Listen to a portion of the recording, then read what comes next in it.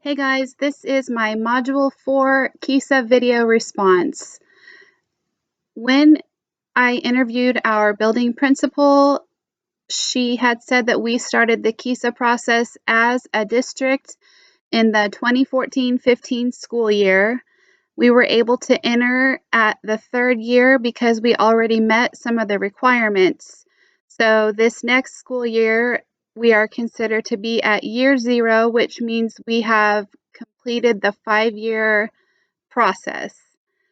One of the biggest things that our district felt we had strongly in place was the rigor, and this was justified by our staff development meetings and clearly stating our goals and objectives, not only in our lesson plans, but in our classrooms as well.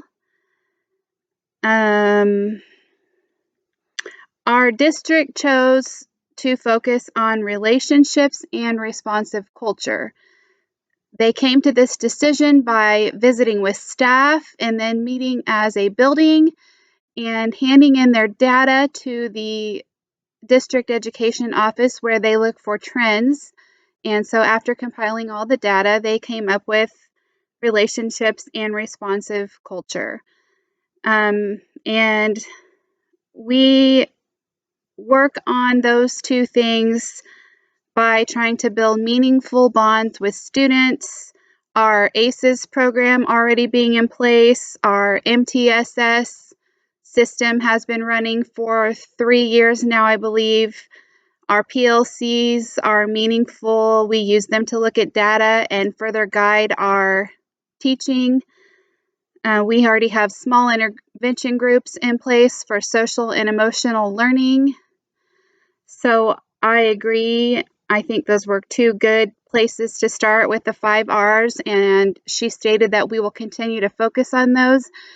And then within another 5 years, you move on to 2 more of the 5 R's and focus on those. As far as her leadership style goes, I asked her what she thought out of curiosity that her leadership styles were, and she had chosen instructional and transformational. So transformational key ideas would be like inspirational, able to make difficult decisions, and inspire confidence. I agree with her on both of her choices. That's what I would have picked as well. She could have fit into other categories, but I think she's right. She does make difficult decisions. She does inspire me to want to be better through her leadership and confidence that she instills in me. As far as instructional goes, key ideas would be to protect instructional time, and that I think is one of her most important goals. She is always very conscientious of instructional time and always protects it and makes sure that we do as well. She has high standards.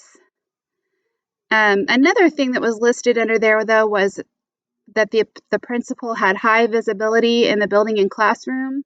I see her in the building a lot, but I don't see her in my classroom very often. So I would like to see her more in my class. She felt that our strength would be maybe responsive culture because of all the things that we already have in place, meaningful relationships with the students, and again, our MTSS and SEL intervention groups, and all of the PLC time that we focus on students and using the data to drive our instruction. And weakness, she thought, would be the relevance to technology, kind of meaning we aren't using enough technology in meaningful ways in the classroom. So we kind of decided as a team to work on that and see what's out there and how we can use it in a more meaningful way to drive instruction. We have to get through year 5 and to start our year 0, we had to provide proof of that. And there's a website that she uses for that. I think it was called NSTAR, and there's a Kansas Star version, and that data is public knowledge. So we do have to provide proof of where we're at and why. So she kind of showed us that website a little bit. And I think that's all I have. Thank you for your time.